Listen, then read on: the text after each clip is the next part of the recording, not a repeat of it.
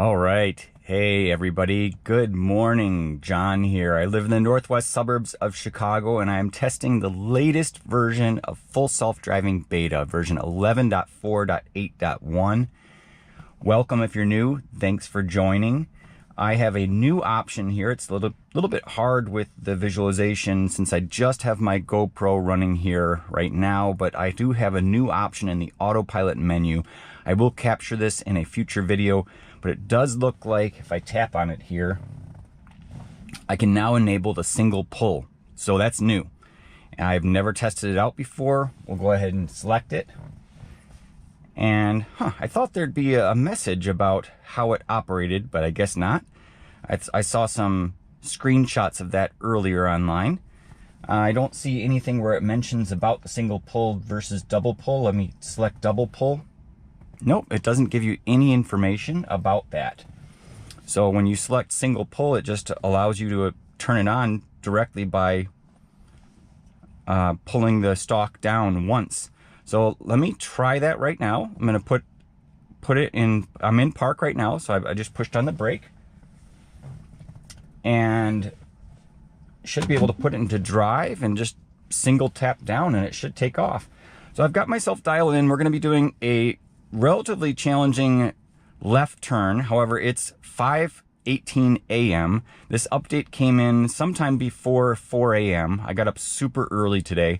I'm heading over to Michigan.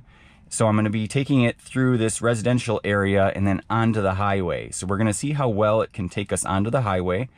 I am interested to see if I notice any of the changes. My previous video highlighted all of those changes. There's a new video module that they added, and it's supposed to be a little bit quicker around pedestrians. It's going to be a little bit faster to accelerate, and it's going to be more aware of things in its network, and that means the neural nets that are running. So without further delay, let's just go ahead and get started. I'm going to make this full screen, and like I said, I'm going to test out the single pull, see if it works, and here we go, guys. By the way, if you are tuned in, thank you very much. Please share this stream if you feel a friend or a family member would benefit. This is my first live stream. I hope it goes well. I did get the kinks out earlier. I did some testing to make sure that the video would be right side up. As an engineer, I am fascinated with this stuff, and I would be getting up early to test this had I known this would come in. I had no idea that it would come in, but I am off to Michigan, like I said, so that's the number one reason why I got up so early. All right, here we go, guys. That's it. There it goes. All right. So I'm going to be resting my knee on the steering wheel ever so slightly. I've got a light shining on the steering wheel. It is dark outside because it's so early right now. And I am going to be using my knee on the steering wheel to provide that force that it's always looking for. It's still not hands-free, so it does require the driver to be touching the steering wheel at all times. So I can take over at a moment's notice. And right now would be one of those times if there's a lot of traffic, which it doesn't look like there is any. So I got that one right. We are, very extremely early hours of the day on a Saturday, so I'm not expecting a whole lot of traffic. But it did that left really nicely. It came out, no issues whatsoever, really smooth. Look at that lane change. That lane change was right through the intersection. If I remember correctly, during driver's ed, you're not supposed to make lane changes in the middle of intersections. But it is what it is. Sometimes it does that stuff. I don't think it's a big deal. I've never seen someone get pulled over for that, to be honest. But Beta will do that. Okay, so it's dialed in for a 13% speed offset. So it's going 40 miles per hour right now in a 35. Back there, it would always slow down. It seems to have gotten over that issue, and I'm not sure if that was a maps issue or what was happening in that particular spot, but it would always slow down for something, and I could never figure out what it was. There was kind of a stop sign, but it wasn't that visible. Okay, so we have a green arrow. It's a protected right turn right here. Right turn signal went on, and it went through there really nicely. Look at that, it stayed in the far right lane. Loved that. And coming up here, we're going to be getting onto the highway. So I am not, especially at this time of day, like for example, if you are commuting to your workplace at a really early time, let's say you work night shift or something, Beta is really practical. I mean, I use Beta on a daily basis. And that's why I love doing these update videos, because if something is new, I would notice it and I'm going to be able to point it out really quickly to people. But if you have an unusual schedule and where the roads just really aren't that busy, or let's just say you live in an area where there's not much traffic, then Beta is really, really practical. I mean, it is really nice. I took my family out for dinner. My daughter just turned 8. We went to a nice restaurant and I turned it on and nobody even knew in my car that I wasn't driving. It's really nice. So it slowed down there ever so slightly for that semi-truck, which was turning right. That was done really nicely. I felt very natural there.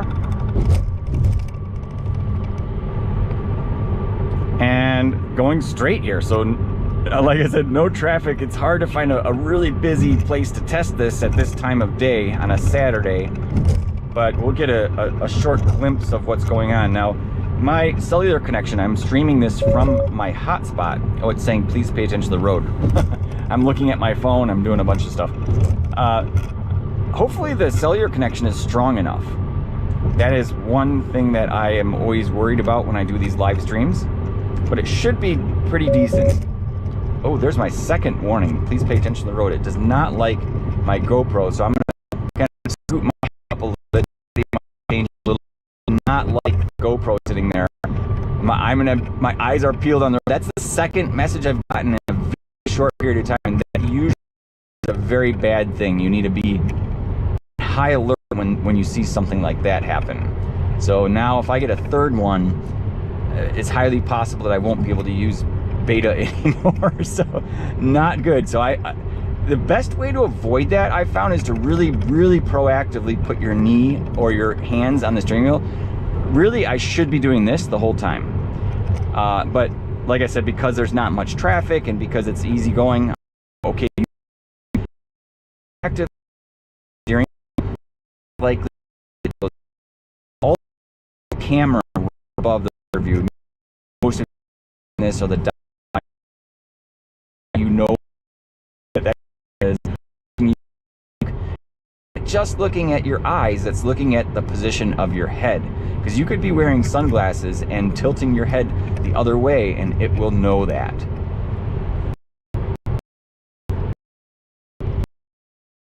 All right, so we've got more light.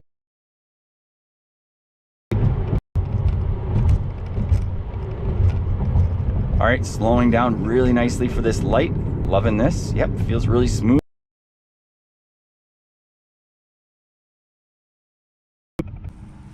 So I'm really excited because version 12 is on the horizon, and that's going to be a big game changer. Now, version 12 is rumored to be coming out this month in December. It should have actually came out like last week. Employees were rumored to have started getting version 12 on Friday last week, and usually it's 3.5 days based on the average time when the original group testers, which I have become an original group tester, it's usually within 3 days that they get the updates. So I'm hoping everybody can hear me okay. I can't see any comments. I apologize. I'm not going to be, reading those anyway while I'm driving, but just so you're aware, I'm not sure if there are audio issues. I'm hoping they're not, because like I said, I did enough tests, but I do have my GoPro mounted right side up. I don't have a reverse. One interesting thing that I discovered with the GoPro cameras, and it seems to be a bug that still hasn't been addressed, is if you have the camera mounted upside down, which is what I do when I film, I will live stream upside down.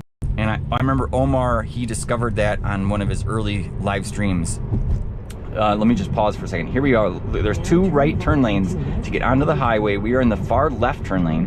That is the right thing to do. That's very appropriate. Coming through here, it's a green arrow, nobody behind us, really smooth. Now, sometimes here, the lane selection, see, look at this. It went left and then right, and now kind of centering itself.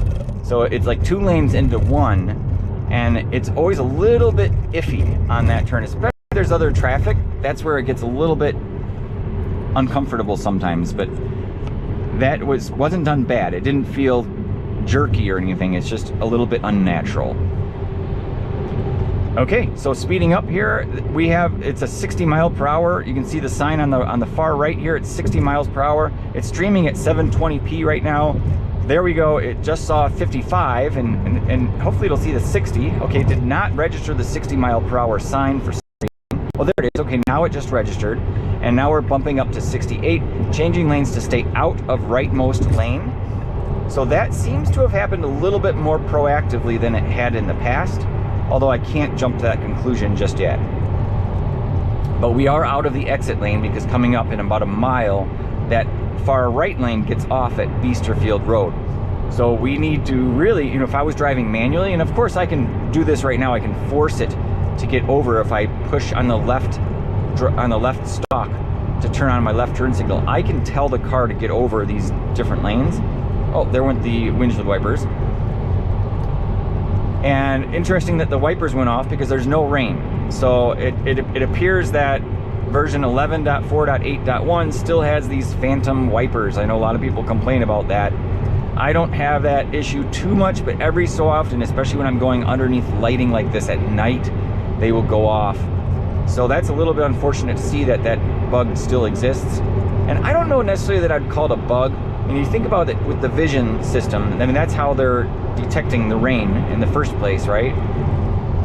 And I don't think they would have any other way to detect rain, to be honest with you. But the vision system is doing its very best. And you got to imagine, I mean, if there's any sort of glare or spot or anything, and there's a reflection and it indicates rain, it's just a threshold, and it's a weight or a scale of how sensitive they need it to be. And I'm sure they've played with it. I'm sure Tesla has played a lot with that ratio or that scale.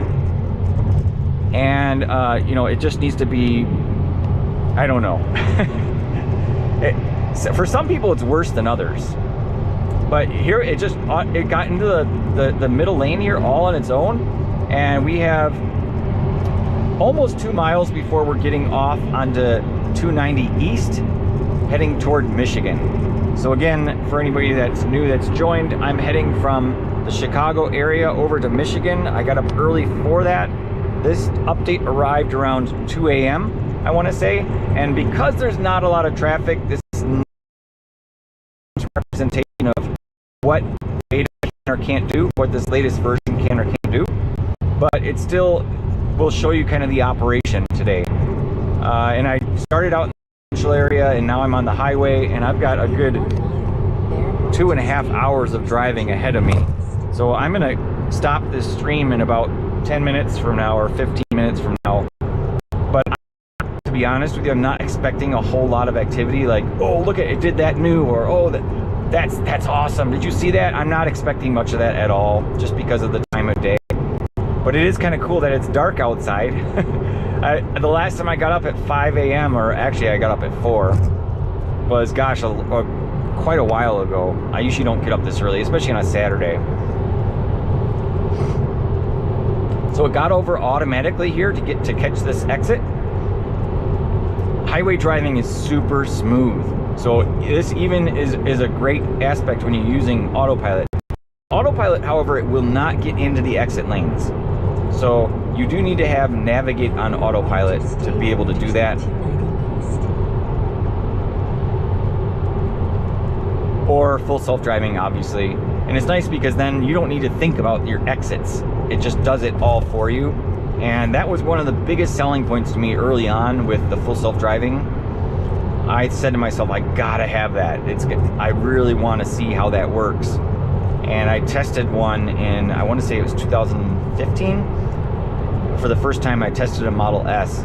And the first thing that stood out to me was the regen.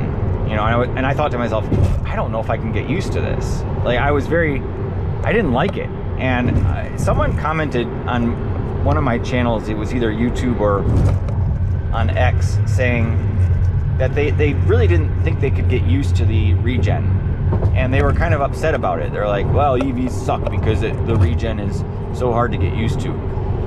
Just like everything in life, there's a little bit of a learning curve. You know, I think you need to be flexible, open-minded. You need to be willing to try things out. Believe it or not, once you get used to it, it's a lot better than using the brake pedal. First of all, you don't need to use a second pedal. There's no room for error. And then second of all, it's better on your brake pads.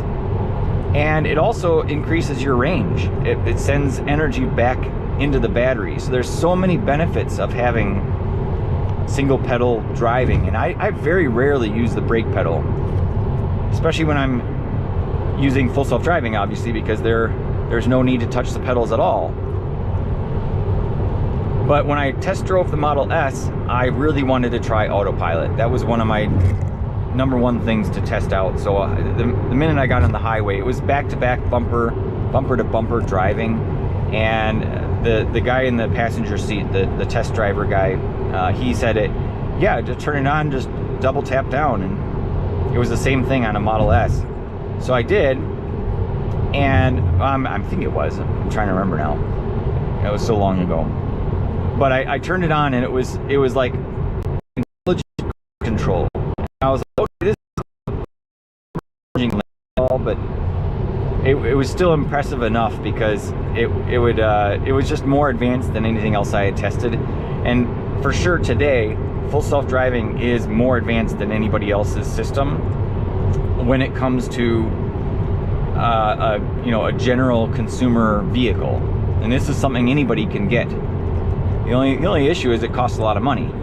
So I think most of you know, but right now it's $12,000. It used to be $15,000. It started out at $5,000 and then just went up from there. So we are in the far left lane, and as you can see, that car just passed us in the middle, and they were flying. They're going a lot faster than us, and the car just goes its happy way and doesn't really get out of the passing lane. It doesn't look like they've fixed that issue. And we got someone coming up behind us again here. I'm just gonna let it sit here. Let's just see what happens. Okay, so they're coming up right behind me, and sure enough, they're gonna pass me on the right. I don't like how it does that. It still camps out in the passing lane. Not a good thing. Really not ideal. It used to get out. Here comes another car.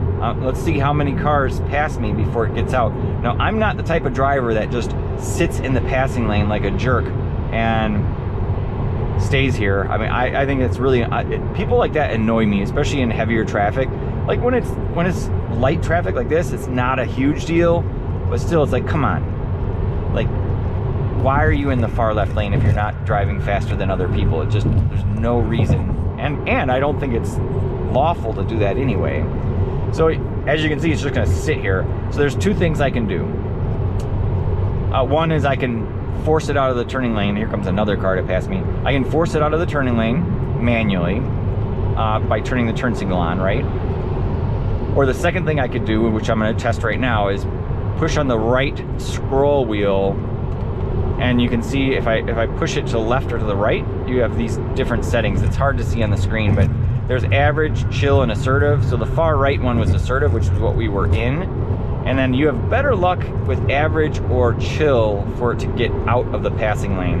But definitely when you're in the passing lane like this, you don't want to keep it in assertive and keep a low speed. The third method, obviously, to stop being annoying in this situation, besides setting it to average or chill or moving out manually, is to just speed up. So that's another option, and in fact, I'm going to do that right now. So I'm going to bump it up to, seems the average everybody's going is 70 right now. So I'm bumping it up to 70 myself. So when I'm on the highway, since this is a 2019 long-range rear-wheel drive Model 3, the in-cabin noises are a little bit louder than a newer car, I would say. I have put some seals on the windows on the outside that have helped significantly. Here we go, changing lanes out of passing lane. There it is, there's the message. And sure enough, a lot of cars now are coming up on the left. That was done really, really well. Beautiful. And that, again, needed me to put it into the average setting to get it to move out of the passing lane. Now, it will get out of the passing lane if you are in assertive. It just takes longer, and typically you end up upsetting a lot more people in the process. But yeah, no, this, what was I saying? I totally lost my train of thought.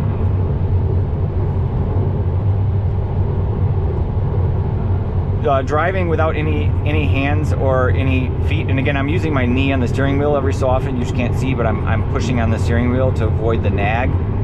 But the fact that I don't need to do anything with my hands or feet is golden. I absolutely love that.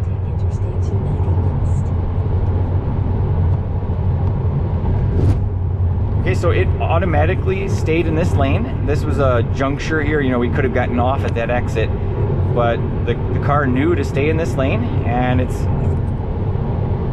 going on its way here. So I was really pleased that it got out of the passing lane. That kind of interrupted all my thoughts there, because I was really happy with that, especially with all the traffic coming up behind us.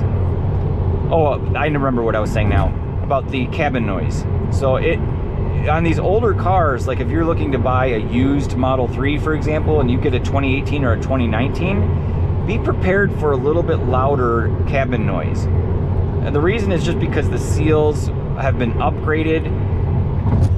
I don't know on the actual doors themselves if those have been improved. I did do an aftermarket kit to put some extra seals on there. Water ingress happens on the bottom of the doors. One thing I don't like, I have to wipe that up quite a bit, but I mean, it's not horrible, but the older cars definitely are noisier. So what you can do is put this weather strip on the outside and on your windshield, going up the left and up the right sides, and that will significantly reduce the noise. And it's not, they have this like circular band that you can put around the top. Don't get one of those. I had one of those, and that will actually pull on the original trim, because it basically is like a big rubber band, and it's continually putting pressure on the original trim. So take a look at this, guys. Choosing right fork to stay en route, and getting off here automatically. Look at this, no traffic. This area is so backed up normally. Exit 15A is like my worst nightmare. But it was super smooth at this time of day. Going through there really nicely. Now look at this. We've got walls on both sides of us. It's going through here really nicely. Beautiful, look at this. It's staying, it's hugging to the left, right on the yellow line. Doing a really nice job there. I'm loving that. It's staying centered now, coming up here. Now let's see what happens. We've got a car coming up behind us.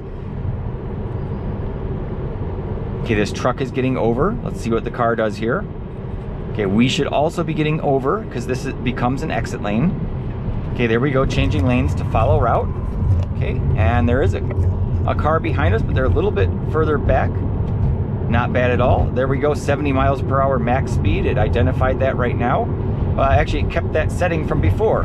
The speed now is 55, moving over really quickly. Did you see how fast that was? It moved over really, really fast. I don't remember it moving that quickly before.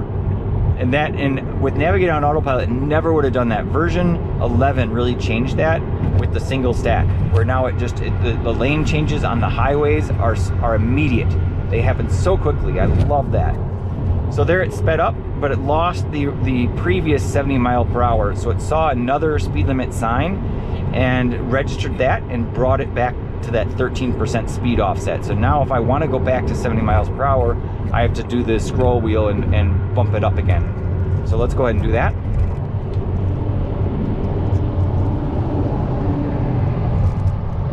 Okay, there we go. We got it back dialed in for 70 miles per hour max.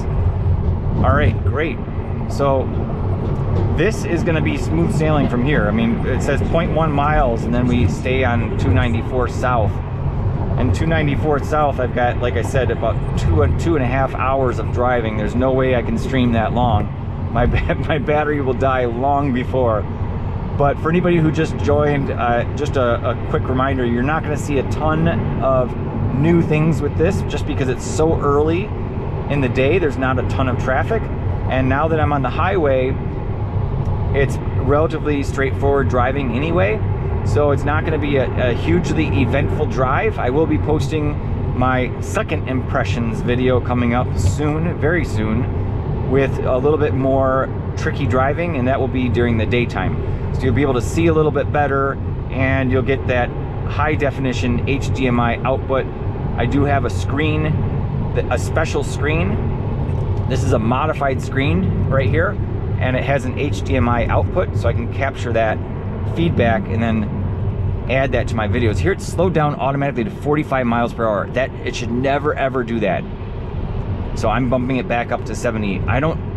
It must see a 45 mile per hour speed limit sign on an adjacent road. There's no way there's a 45 mile per hour speed limit sign on this highway. And that'll happen sometimes. So for people that are new to using the software, that's a big surprise when it slows down. Thankfully, it doesn't slow down abruptly, where what people call phantom braking. So if it does try to go from 70 to 45, for example, it's not going to do that like instantly. But when it does start slowing down, like it just did, I notice right away. It's like, what is going on? Because then suddenly someone's right on my butt, and they're tailgating me and pushing. So it's very noticeable. But very disappointing that it does that. Okay, so I'm seeing here on the right, exit 45 miles per hour. There's a sign that says that. It's possible it saw one of those signs. I can't be certain.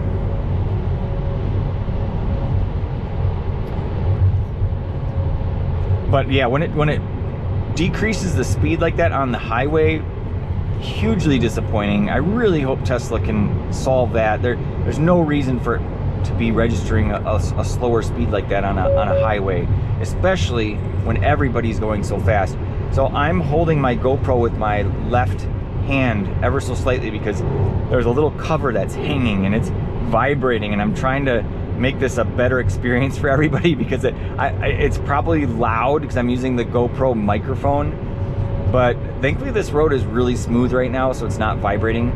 But yeah, the camera did not like me holding my hand on the GoPro. The GoPro is right in front of my head.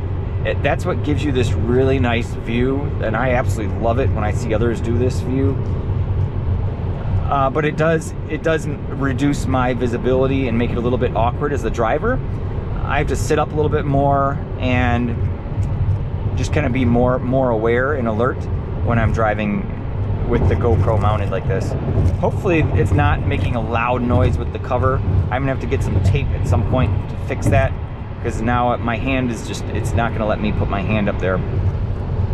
But anyway, I digress. On the highway here, you do every so often have to bump up the speed. I took my car in for a service appointment, and a new Tesla owner who was waiting in the lobby, we got into a big conversation, and she does not like driving, and she got a Tesla so that she could use the automated features. And she said that's one that really scares her. And she said, she kept saying she'll slow down a lot, and yeah, I just don't understand why she does that. And I'm thinking, like, what is she talking about? Like, and I said, are you talking about your mom? Because I'm thinking like her mom is slowing down to 45 miles an hour on the highway. And I said, did you buy the car for your mom? And she's like, no. And she was confused why I was asking the question, but she kept saying she and her. And I realized she's talking about her car in the third person. So she's humanized her car. I was like, okay. Then once I understood that, I was like, okay. But I don't call my car, I mean, my car has a name, but I don't call it a he or a she. I think sometimes I have in the past, but not certainly not regularly. But yeah, that was one of her number one complaints, was how it slows down on the highways suddenly sometimes. So that is definitely an improvement that Tesla can make with the speed adjustments on the highways. But the visualizations, I just love it. You can see full screen, everything. You can't get this full screen view unless you get full self-driving. So if you have navigated on autopilot, or if you have the regular autopilot, you're not going to get this nice big visualization. I've had a lot of people in my, excuse me, well, I think cleared my throat there. I've had a lot of people in my car, passengers, that don't know Tesla, and obviously, I mean, for someone that's new, they're not going to know to recognize that this full screen feature is kind of special. But yeah, you can't get this view unless you have full self-driving.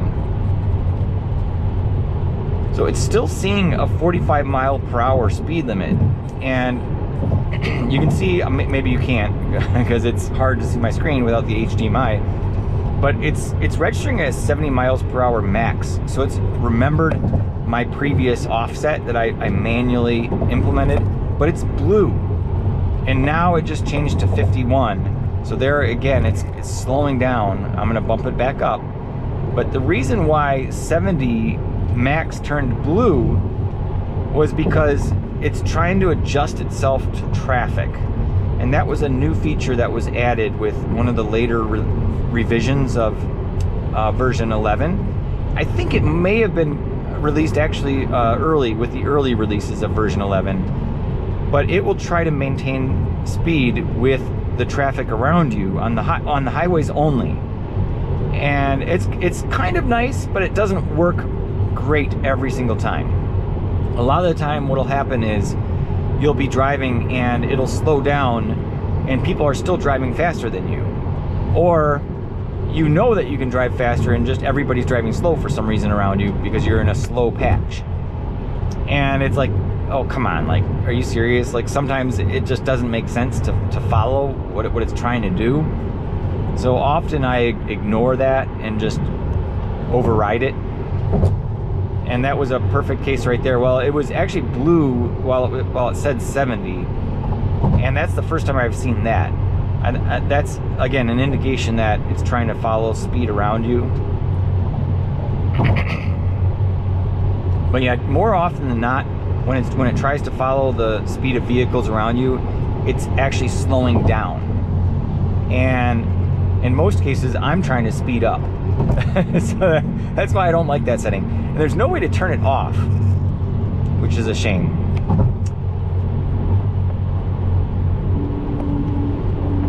All right, what I'm gonna do, since we are 33 minutes into this live stream, I think I have some tape. Yes, I have some tape, so I think I can fix this vibrating noise without having to worry about my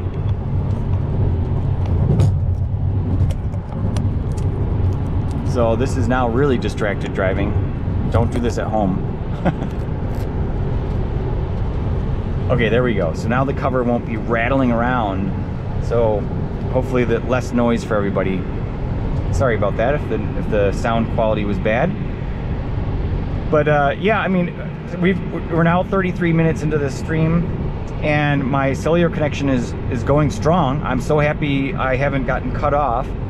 There went the windshield wipers again, so no need for those. It's not raining, so that's still an issue with this version. Unfortunately, the wipers do go off from time to time. But yeah, I mean, as long as I have battery and a solid connection, I have no problem continuing to stream. But just so you know, this is not going to be that eventful. Here we go, slowing down again. So interesting there. So it slowed down. Okay, so it slows down for the tolls. Interesting. So that's a little bit new. I haven't seen that happen before. Before, it would slow down and then stay at a slower speed when it would go under those toll booth areas. And I think the reason is because there's a bunch of signs overhead, and it's probably seeing them and thinking that they're traffic lights or something. But it definitely has an awareness of the toll booths I've observed. And this is probably region specific. It depends on where you live. But in Chicago and in Illinois, especially with the toll booths, it will slow down for them now. That never used to happen prior to version 11. And it's kind of nice because then it keeps you aware. What changed though, there go the wipers again.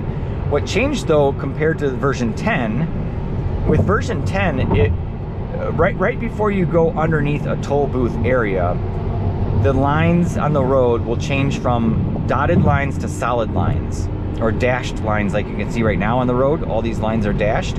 When you go under a toll area, they're solid white. And what that means is you cannot pass over those lines. Well, previous to version 11, it would honor or respect that law. I don't know if it's a law, but it wouldn't pass a solid white line. But now with version 11, it will cross those lines. And I don't think we're going to see an example of it, unfortunately, today. But it has done that in previous videos that I've been filming, where it surprised me. It's like, oh, you're not supposed to be changing lanes. But the other difference with version 11 versus version 10 is that it will slow down now for those overhead tolls. It never used to do that. So you can see on the screen there, it visualized that pickup truck and visualizing the semi-truck really nicely. I love the screen. The visualizations are just so cool. You can go back and see the semi-truck there by moving your finger on the screen. And I hope you guys have an appreciation for my setup here. I do have a light. I'm going to show you here reveal my secrets. I have a light here that I'm shining. This is a little light bar that I got off of Abstract Ocean. I don't think they actually have these anymore. I'll try to find a link to this. It's a really nice light, and what I do is I put it down into my compartment above, so when I open up the flap, I have extra lighting in there. It's really nice for that. But this is motion and light sensitive, so if it changes from dark to light, it will turn on, and also with motion, obviously. So it's really nice inside of that area because it's kind of dark down there. And for this, it lights up the steering wheel at nighttime. I love that because it makes a big difference when you're watching it on film. And then I have, in addition, I have a light down here, really bright one. You can see this light has a magnet on it. I don't know if I can find a link to that one, but it has a magnet, and that is shining and showing you my brake pedal and accelerator pedal.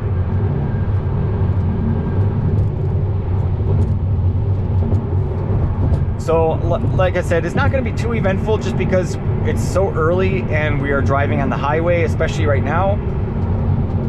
And I'm at a good speed, 70 miles per hour. There are a couple cars behind me, but they're pretty far back. So it's not going to be too eventful. So I'm just going to talk randomly about stuff, and hopefully it's entertaining or interesting for you. But a couple things. I had my car in the service center recently because I had some squeaky sounds. I posted an update about that on X. Haven't really explained it on YouTube what happened, but I had a lateral link. They call it a lower lateral link. It was a bushing on the lower lateral links that went bad. And when I would turn the steering wheel all the way to the left or to the right, it would make these clicking sounds. And it got really annoying, especially when I was in a parking garage or when I was in a parking lot. Whenever I would leave a parking space, you could just hear the noise. It was subtle, and I noticed it. Some of my passengers didn't, but I was always nervous that they would, and it's just awkward and embarrassing. So I finally took it in, and I have since read online that it's a really good thing I did that, because if those bushings fail completely or tear out, you could have much more severe damage to your car. But the bushing on the right side was a lot worse than the one on the left. So they replaced them, and then they also replaced what's called the front upper control arms. And if you own a Tesla and you've owned it for, let's say, 30 to 50,000 miles, you should know very well what the front upper control arms are if you paid attention to any of your service visits. It's a little ball joint with a knuckle, and then it has two bushings on the side, and it cushions your wheels as they go up over different bumps in the road. Well, there's a flaw, a design flaw with those parts, where water will get into the ball joint and cause corrosion, and then that causes a squeaky suspension. There's a way to fix that. You can do it yourself by injecting a little bit of grease inside of the rubber boot, and I tried that, but that did not fix it. So then I started injecting grease in other areas. I never should have done that. Now I need to patch all of those holes. It's important to patch those holes because you don't want water getting in and creating additional corrosion. But the attempt with the grease was kind of a last attempt to try to fix the noise. And when it wouldn't, after driving for hundreds and hundreds of miles, I thought to myself, okay, it's probably something else. So I went ahead and scheduled the service visit. I'm going to be posting a video about my experience. There's two ways that you can book a service appointment for vibration. The first method requires you to put in two different reasons for the noise. I don't know why, but if you do that, they're going to charge you more money. So a little insider tip, little pro tip, don't do that. There's another one where there's just a single input field. The price was like half the amount because I canceled the first visit, and then that's when I did all the grease, and then I scheduled the second one and filed it the right way. Well, I don't know if I'm going to call it the right way, but the cheaper way. It ended up costing me, with the labor and the alignment and everything, to get the suspension back to operating normally. It was $1,310, which was a little bit pricey. I wish I would have taken more time, although time is money as well. You know, you have to take that into account. But I do know some people that have done it themselves. Now, the alignment, that's another thing. I would never attempt doing an alignment on my own. I think you need a special machine for that anyway. But it wasn't, I'm not like hurt over spending that much money. I just wasn't expecting it. You know, it was one of those things. But yeah, now it operates beautifully. There's another bushing on, I can't remember what they call it. There's another link down below. It's like it starts with a C. And that link has a bigger bushing. And I asked the service tech about that one, and he said, those typically don't fail. He said we don't get too many issues with those, and I think the service tech had been working there long enough, because I was thinking, since you're doing the lower lateral links, it might as well make sense to do the whole thing while you're at it. You know, you're gonna have to do the alignment anyway. But he said it wasn't necessary. So, and I looked at them closely, and I didn't see any cracks or any sign of wear and tear. But that's one thing with extended service contracts. If you have wear and tear, for example, if you have an extended service contract and you want to get it covered, never take it in and say, yeah, just through wear and tear and, you know, driving around, it's not working anymore. Can you cover this under my warranty? They're not going to honor it. I'll tell you that right now. Avoid that phrase, wear and tear, like the plague. Don't ever say it's due to wear and tear. But the other bushings, those were fine. So it was only that one set that was replaced. There are aftermarket sets, and they are higher quality and supposed to last longer. But I'm at 77,000 miles and had that happen, and I was not impressed. Let me put it that way. I've never had that happen so soon on another vehicle. However, I've had all sorts of other issues with other vehicles that I don't want to talk about with the engine and stuff. So I can be thankful for that, not having to deal with those. And obviously the oil, the cost of maintenance, so all said and done, it's still saving me money. And that's one of the main reasons I got this Model 3, because it saves you a ton of money in the long run. These cars are very low cost to own. And a lot of people don't realize that. They're like, oh, it's super expensive to buy a Tesla. Nope. I always make a joke. Teslas are for poor people rather than the other way around. It's very true. The other thing, so that I mentioned there were a couple things on my mind. One was that repair that I did with the suspension. And the other thing is I sort of winterized my car a little bit. I put, so in the back, this is going to be really boring for everybody. I apologize. Again, this is, I'm not really putting it to the ultimate test because I'm not, it's so early in the morning. I probably don't even have anybody watching my stream anymore. But I put some black Gorilla Tape around the wheel wells in the back because there's like a fascia or like a I don't know what to call the material. There's like a particular type of material that protects the wheel wells. And for some reason on my 2019 Model 3, there's a gap and water can go in there from the wheels when you're driving. So I don't want that to create extra corrosion or issues in the winter, especially with all the salt on the road. So I put a bunch of tape back there and I can hear it kind of moving. I can hear some noises back there I don't usually hear, and I'm pretty sure it's because of the tape. So with these high speeds, I think the wind is kind of tugging at the tape and it's making some sound. I really don't like that sound because it's any sound you can hear in an electric car is amplified because you don't have any other sounds really other than road noise to pay attention to. But yeah, when I stop the live stream, I'm just gonna turn on my radio and tone that out. I'm pretty sure that's what that noise is. But thankfully for you guys, you don't have to hear it. It's actually getting worse. Yeah, that tape is when it's flapping in the wind, it's like flapping against part of my paint or some of my car. And that bothers me a little bit. I might pull over to try to take it off. I need to put the tape on better or screw it onto the material.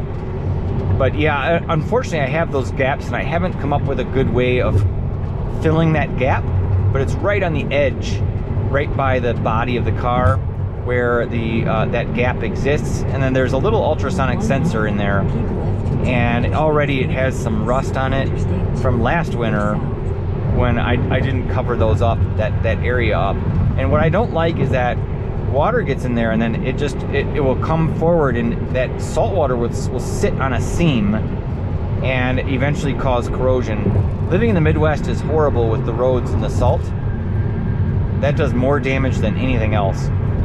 All right, so take a look, guys. I'm gonna be ending this stream. We're about 48 minutes in, believe it or not. I'm in the far left lane. Now let's see, I'm in the average setting and a car is passing me now on the right. Let's see if it gets out of the passing lane. It got into the passing lane all on its own, and it really should have the courtesy to get out of the passing lane after one car passes. Not two, not three, not four. It should recognize that. Yeah, here comes another car flying up. Wow, they're going like 90. Oh, that's like 120. They are going really fast. And here's another car. How many cars is it gonna take for my car to get over? Let's see, guys. I mean, I think it recognizes that we're going faster than this other car, so it's staying in this lane, but really, I mean, honestly, it should not be staying here. I'm gonna let it pass this car here, and then I'll wait to see if it gets over. If it doesn't, I'm gonna put it into chill, and then as soon as it gets over, I'm going to end the stream. I want to thank everybody right now for tuning in. Thank you so much for joining me on this journey and for listening to me, especially for anybody that's stayed on this long. I'm going to go over to the left into chill right now, and we got... Oh, there go the wipers again. So the wipers go on and off. I'm gonna turn on my fluid here, kind of clear off my windshield, but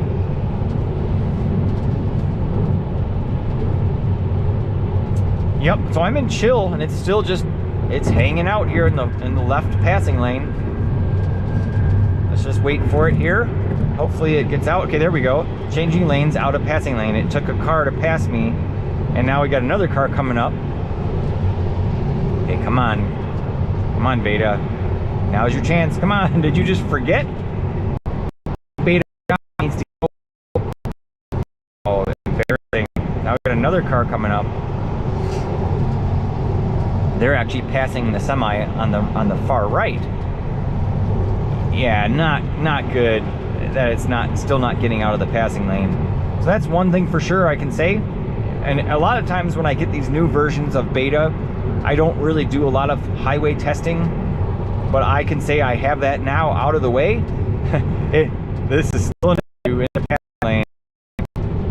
I haven't noticed any other issues on the highway. Everything seems to operate the same as it did before. But merging, I only had one chance to merge here.